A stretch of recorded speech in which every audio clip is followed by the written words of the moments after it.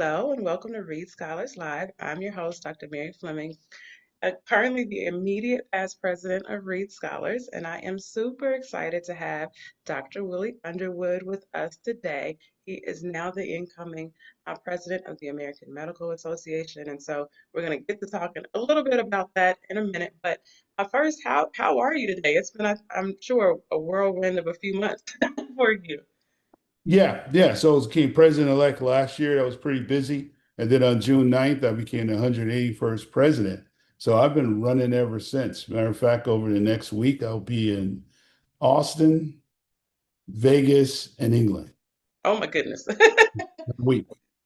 That's it's well, I can't wait to hear a little bit more about how are you going to how keeping balance right with all your other responsibilities. And speaking of that, so you are now president, and as you mentioned, president-elect for a year. So it's really more of it's a multi-year term, even though right you have the official title for 1 year. But you had a busy practice, right? You were practicing medicine and operating and all those things. So tell us a little bit. Let's go back and tell us a little bit of the journey of how you got into medicine and public health, so we can kind of set the stage for this tenure as president. Well, so, my sort of started in medicine really started with my two aunts, my Aunt Joyce, my Aunt Joanne, my mother, and my grandmother, who called my cousin and I. They said we need to stand outside for a minute. So then they talked for a while. My cousin went in, he came out. I mean, we're young kids, we're 10 years old or so. And he came out, looked at me, frowned and ran off, right? So then of course, I mean, you can imagine what we're thinking, right? We're like, we're in trouble. We're trying to figure out what's going on. So I came in and my Aunt Joyce, she looked at me and said, what do you be you grow up? And I gave a child's answer and I can't remember what it was. And she looked and looked at, her sister's mother and said, we need a doctor and lawyer in your family, and your cousin's going to be the attorney. What does that make you? And I remember sitting there thinking, I said, a doctor? Like, was a question, like a doctor? And they're like, yeah. I said, well, I don't want to be a doctor. They said, what do you mean I don't want to be a doctor? I said, they have to wear ties. I hate wearing ties. I mean, you're a child, right? The magnitude of that, you don't really understand. So that was it. Here it is. Here's the path for you. And this is why. And the thing is, we need it. We need it. And it wasn't, you're thinking like we, the family. No, we, the entire family, our community. We need a doctor and a lawyer. Your cousin's going to be the attorney. You're going to be the doctor. And, when you put that in sort of the context of everything that I've done, you put it into, well, I was born in 1965, so now we're at 1975, right?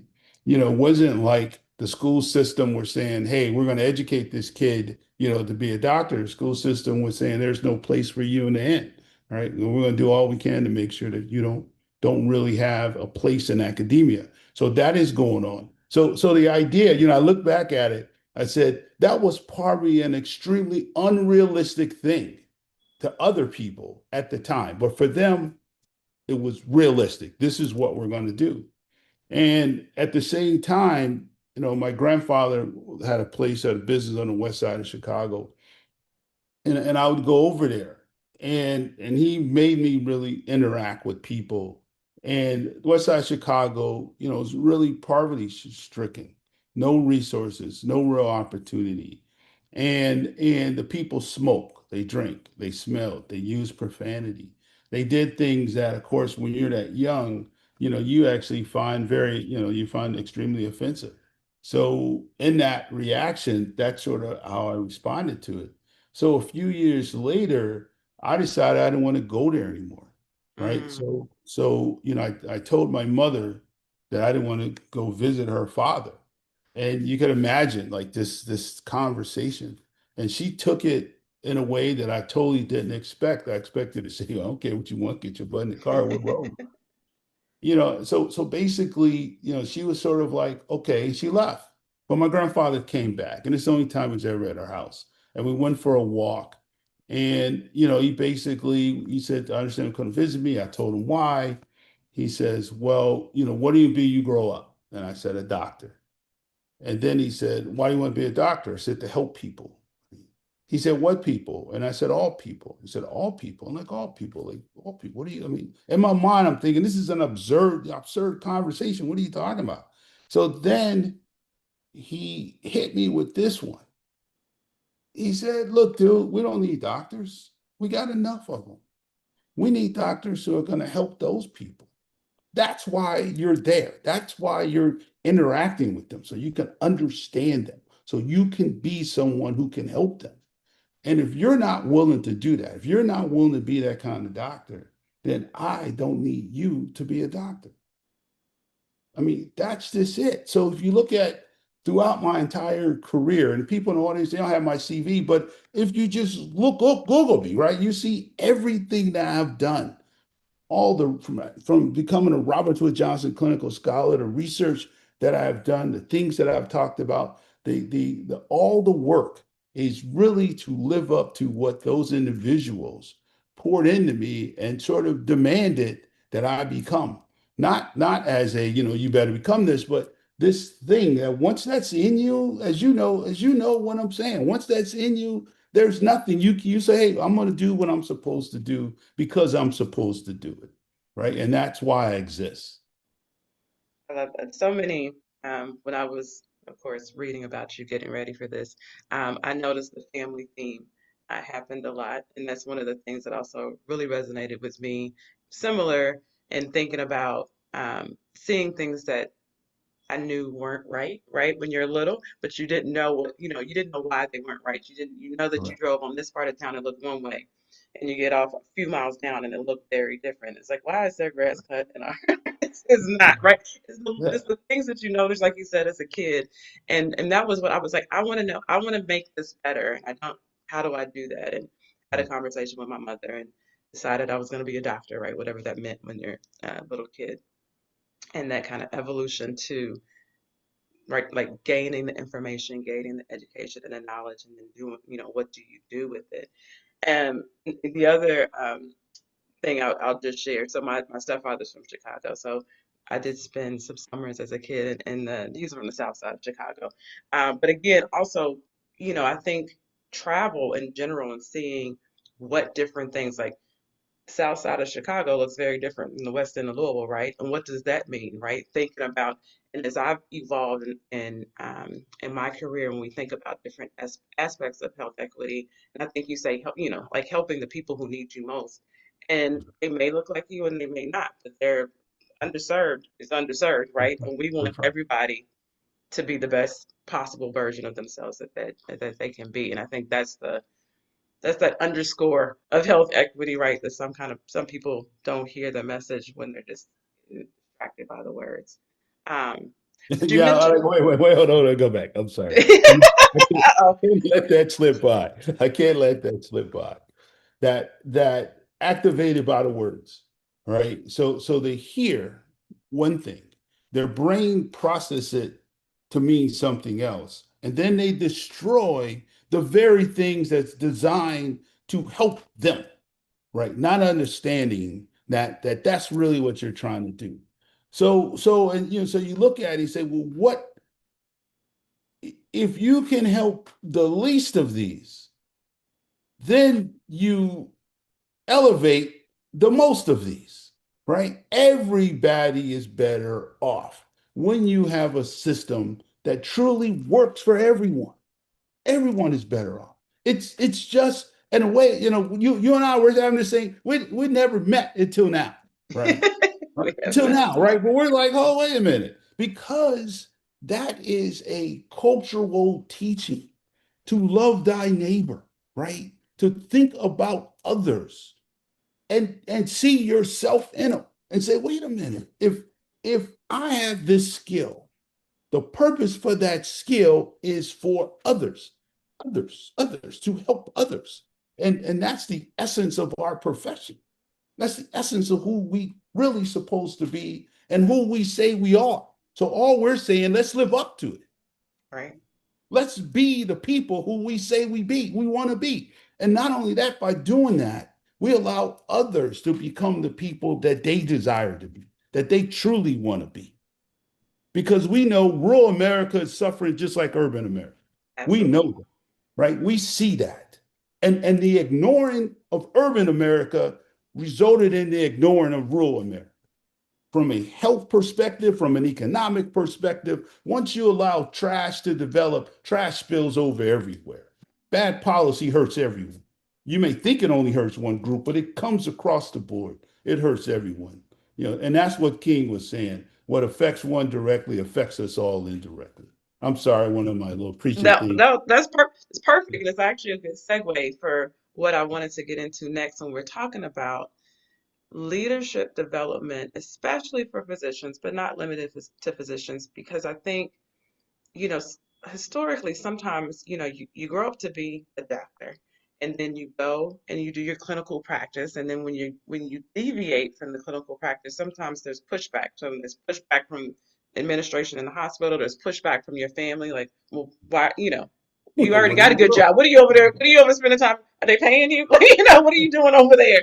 Doing all this other stuff. So how did you figure out how to create that space for yourself that you could do all, because it's more than both, right? It's more than two things. How did you create that space as people are thinking about, you know, their personal leadership So I hate to make it sound simple. I just did trajectories? it. That's So okay. and it sort of evolved, right?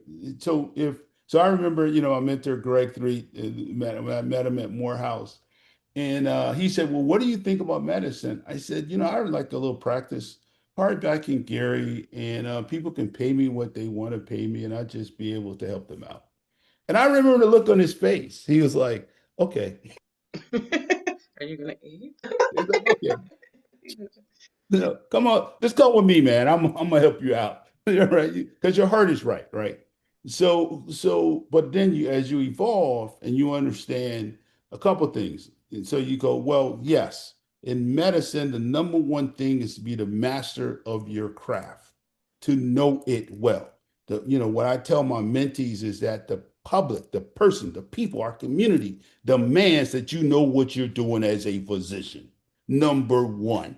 You can't help anyone if you don't understand what's in the books, what's in the literature, and how to apply that to the person across from you who's putting their lives in your hand, right? Period. You got to be able to do that. So you say, okay, I'm going to be good at this, right? I'm going to study, I'm going to study, I'm going to study.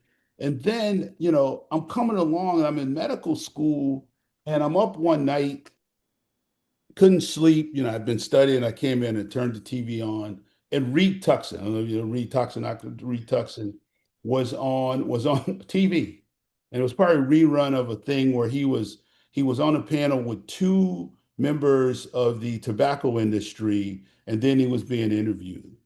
And Reed was the man. I mean, he was killing them. How he laid stories and science and knowledge and community impact, how he was rolling that off like do, do, do, do, do, do, do. I mean, at one point so he was 2-1, right? At one point, Reed said something, and the interviewer paused and looked at the two and said, I want to see how you're gonna respond to that. And so when it was over, I said, "That's who I want to be. Mm. That's what I want to know, right? That's I want to be like that guy, right? Because he's just what he's doing is saving lives that he will never ever meet. He will never meet him. And people won't ever know his name. They may never appreciate him. But what he's doing has large impact. He was the commissioner of health for DC at the time. I mean, boom. So then that was it. So then I started studying differently. Like, how do I use this information, and what does it mean broader beyond the person in right that's going to be in front of me?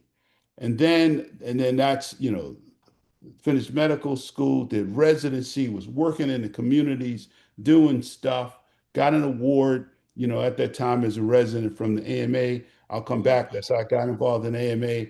Then I did the Roberts Wood Johnson Clinical Scholars Program. Reed Tuckson did the Robert Wood Johnson Clinical Scholars Program. And then I built a career around health equity, mostly around prostate cancer as the model. And I would talk about it as a model, not as we're just talking about prostate cancer. We're talking about how the health system works across the board through prostate cancer, right? As a model. And when I got the award from the AMA, that was the first time that I actually had gone to a meeting and I saw that the AMA has a horrible history of race, that they was a place that they were doing other things, and I thought that it would be a place where I could become a part of and learn and have a greater impact on society beyond the patient that I was seeing. So then when I got involved with American College of Surgeons, we did things there. And then when I finished my fellowship, at that point, I said, okay, my first job has to be designed in a way that I'm able to do three things: clinical care, research, and health policy things. So I had the time had to work out, right? I couldn't if I'm in an OR all day, every day, that doesn't work. So I had to figure that out. And I designed my schedule that way. And I understood that, I'm looking for an academic job. I understood what they wanted, but I also understood how to sit down with them and say, I'm going to show you how this is in your best interest. I'm going to show you how this is going to work and what I'm going to be able to do if I'm allowed to do this in this way, right? And the community piece, was simple.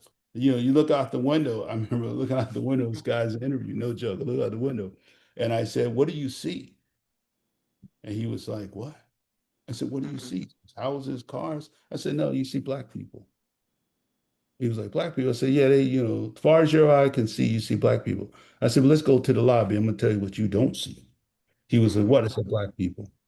I said, so you're sitting in the middle of this community you have no relationship with, no connection with, no ability to improve their health outcome. You don't even know where they're going to receive care. You have no relationship with them at all. I can help you build that relationship, but you got to let me do it. You got to give me time to do it. I can't do it on the weekends. I can't do it at nights. I have to do it in the day time.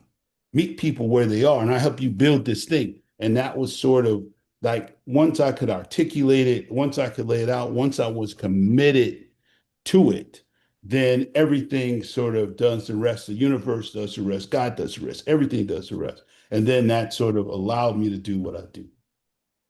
Love it. I love it. I do talk sometimes. I'm sure not as many as you by any stretch of the imagination, but that was one of the things I try to help people um, reframe how they think about taking a job, if you will, and leading with prioritizing yourself and what you're trying to get out of the job instead of taking what somebody gives them. To your point, the clinical medicine will always trump everything else if you let it. And so you have to Correct. build it out going into it, and helping having that conversation with the leadership is to say what is a priority for you, and and make it mutually beneficial if at all possible. So I Right. think those are great words of advice. Because Now you because they'll talked. tell you, they'll tell you. I mean, they'll be like, oh, well, you have to do this, and you're like, that's all made up. I mean, seriously, it's Who all made made these up. rules? Right. Right, correct. They don't. I'm like, aren't you the king here? They're like, what, or the queen? They're like, what are you talking about? I said, when you jump, everybody roll over and jump three times higher, right? Yeah, okay, then this is what you say goes. Make them say it. I mean, what are we talking about? Make it happen.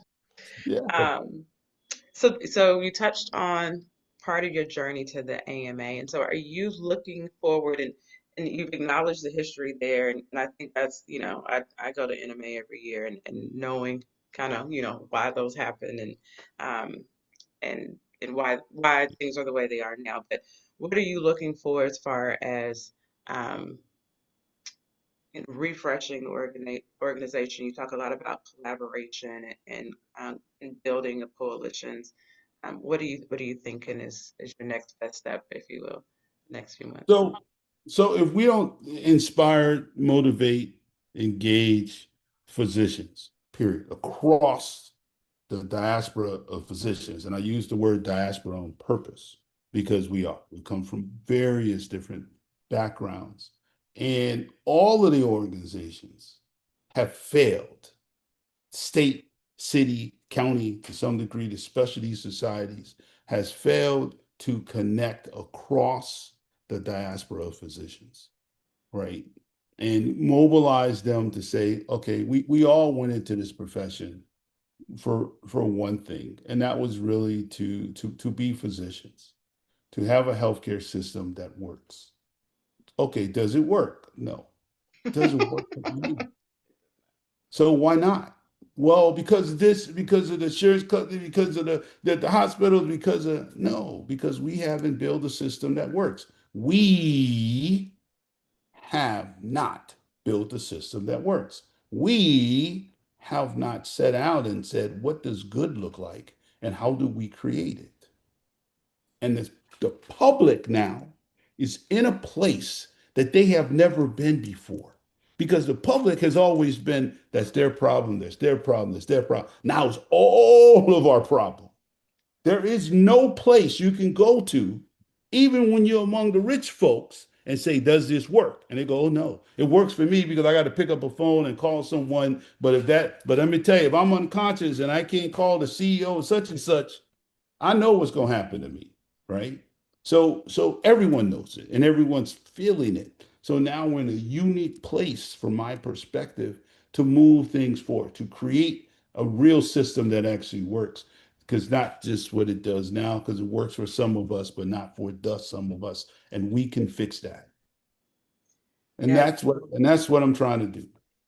one of my friends was spending time. I actually took her to her doctor's appointment yesterday, and so, to your point, not just we have this very uh, as a country this insight more into healthcare and healthcare spending and healthcare outcomes. But as each of us are aging, right, and are interacting with the healthcare system as individuals, then it's also like, oh my gosh, this is when we're medical professionals. It's still really hard to get through, all the things, and just it is just a mess. And then, so we were talking about that, and like if we didn't have the agency advocate for ourselves, we would, it's so easy to fall through the cracks. It's just really, Yeah. really easy.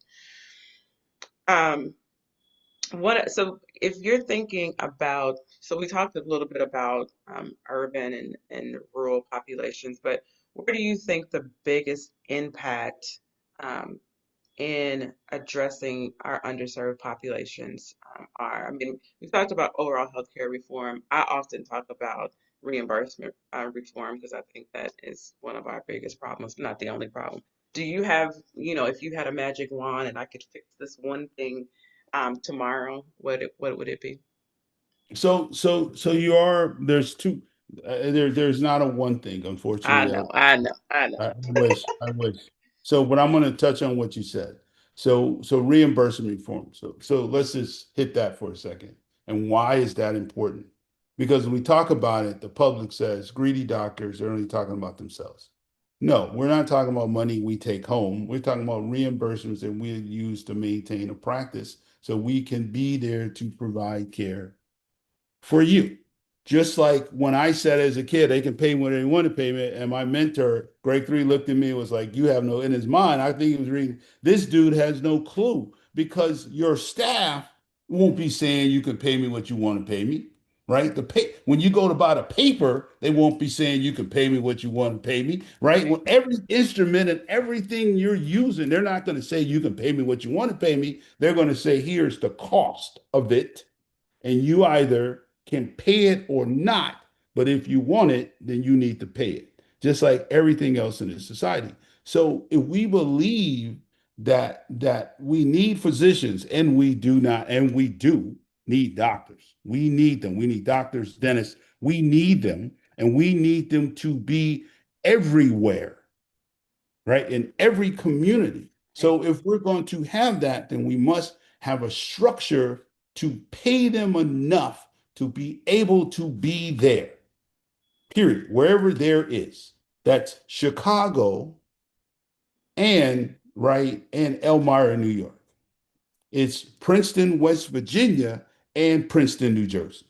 right? It's like it's just pretty clear. If you ever been to Princeton, West Virginia, you're thinking, oh, come on now, let me move to Princeton, New Jersey, right? So we have to be able to figure it out. You're absolutely correct there. But then at the same time, we also have to talk about how we deliver it. Where Mhm. do we need physicians? What type of doctors do we need where at and when, right? And how do we make sure that when someone needs it, that they're able to receive it? And then you can say, well, now we have great technology. We have telemedicine. We didn't have that before. We have great skills, great talent, great other things. And we have a team of workers, right? So then you have to sit down and say, well, look, we talk about physician-led team, but we never talk about the team. That's just like saying a quarterback-led team, but no one talks about the center, the guards, the tackles, the receivers, right? So when I look at it, I say, well, how come the center doesn't show up and say, I'd rather be the quarterback? No, because the center is valued as a center, right? They appreciate that center. They appreciate the guards. They appreciate the tackles. They appreciate the receivers, and they build plays around them so that they feel valued. They're able to work together as a team.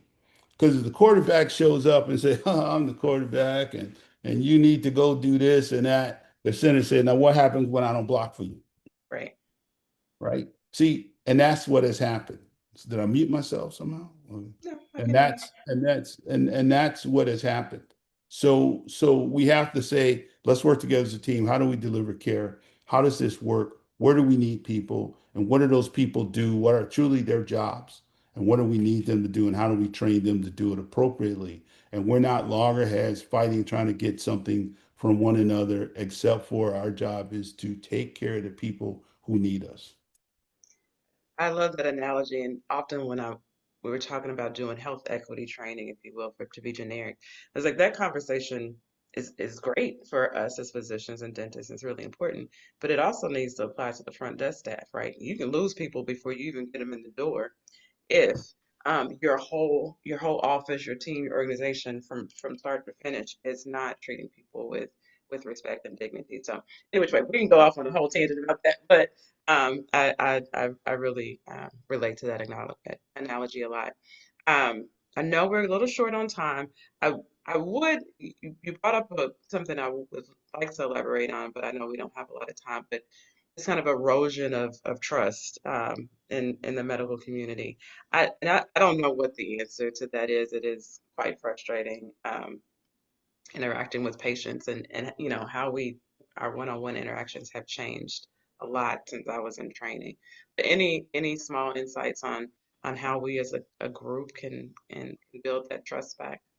So it's interesting. So I know what you're saying, right? So so trust is difficult to create and easily destroyed. And we didn't understand, and we never talked about how easily it's destroyed. Easily it's destroyed.